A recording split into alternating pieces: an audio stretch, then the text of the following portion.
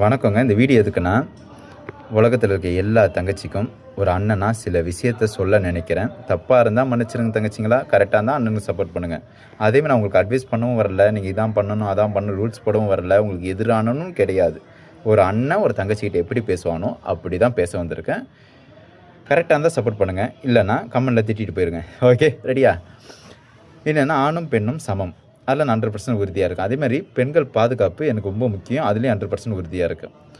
ஆனால் நான் சில நாளாக கொஞ்ச நாளாக பார்த்துட்ருக்கேன், சில பெண்கள் சிகரெட் அடிக்கிறாங்க, தண்ணி அடிக்கிறாங்க. அதை பார்க்குறப்போ மனசு ரொம்ப கஷ்டமாக இருக்குது. ஏன்னா நான் ஒரு விஷயத்த சொல்கிறேன், அது கரெக்டாக இருந்தால் உங்கள் லைஃப்பில் ஃபாலோ பண்ணுங்கள், கரெக்டாக இல்லைன்னா தூக்கி ஓரமாக வச்சுட்டு உங்கள் வேலையை பார்க்க ஆரம்பிச்சிருங்க. ஓகேவா? என்னென்னா, ஒரு பையன் சிகரெட் அடிக்கிறான், தண்ணி அடிக்கிறான்னு வச்சுக்கலாம், உடம்பு மட்டும்தான் பாதிக்கப்படும். ஆனால் ஒரு பொண்ணு சிகரெட் அடித்தாலோ தண்ணி அடித்தாலோ வருங்காலமே ஒரு கேள்விக்குறியாக மாறும். ஏன் தெரியுமா? ஆண்டவன் ஒரு வரம் ஒன்று கொடுத்துருக்காங்க. அந்த வரம் வந்து ஆண்களுக்கு கிடையாது, தாய்மை. அந்த தாய்மை உங்களுக்கு தான் கொடுத்துருக்கான் அந்த ஆண்டவன். அதனால தான் நம்ம நாடு பெண்களை தலையில் தூக்கி வச்சு கொண்டாடுறது. அதான் நம்ம நாடு தாய் நாடுன்னு சொல்கிறோம்.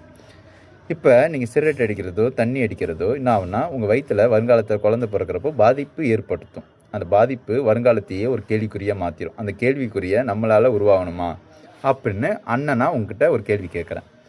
நீங்கள் கேட்கலாம், அண்ணா நான் எனக்கு டிப்ரெஷனாக இருக்குன்னா அதில் சிகரெட் பிடிக்கிறேன்னா தண்ணி அடிக்கிறான் என்ன தப்பு அப்படின்னு நீங்கள் கேட்குற கேள்வி எனக்கு புரியுது.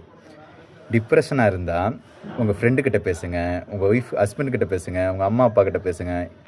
உங்களுக்கு பிடிச்சவங்க யாருன்னா இருப்பாங்களா, அவங்ககிட்ட ஒரு 5 நிமிஷம் மனசு விட்டு பேசினாவே டிப்ரெஷன் போயிடும். ஒரு ஆணும் பெண்ணும் நைட்டில் எத்தனை மணிக்கு போனாலும் தப்பு கிடையாது. ஆனால் ஒரு கெட்ட பழக்கத்துக்கு அடிமையாயிட்டிங்கன்னு வச்சுங்களேன், நீங்கள் எவ்வளோ சேஃப்டியாக இருந்தாலும் அது உங்களுக்கு ஆபத்து தான். அதை மட்டும் புரிஞ்சுக்குங்க. ஒரு அண்ணனா ஒரு தங்கச்சிக்கிட்ட சொல்ல நினச்சேன், சொல்லிட்டேன். அதே மாதிரி வந்து ஒரு வீட்டில் ஒரு பெண் இல்லைன்னு வச்சுங்களேன், அந்த வீடே இருட்டாக மாறிடும். எத்தனை ஆண் இருந்தாலும் ஒரு பெண் இருந்தால் தான் வீட்டுக்கு ஒரு அழகுங்க. அது நீங்கள் தான். நீங்கள் இல்லைன்னா நாடும் இல்லை வீடும் இல்லை. நீங்கள் தான் ரொம்ப முக்கியமானவங்க, அடுத்த தலைமுறையை உருவாக்குறவங்க. அதை புரிஞ்சு நடந்தால் நல்லாயிருக்குன்னு என் மனசுக்கு தோணுச்சு. தப்பாக இருந்தால் என்னை மன்னிச்சிருங்க, கரெக்டாக இருந்தால் சப்போர்ட் பண்ணுங்கள். அதே மாதிரி நான் ஒரே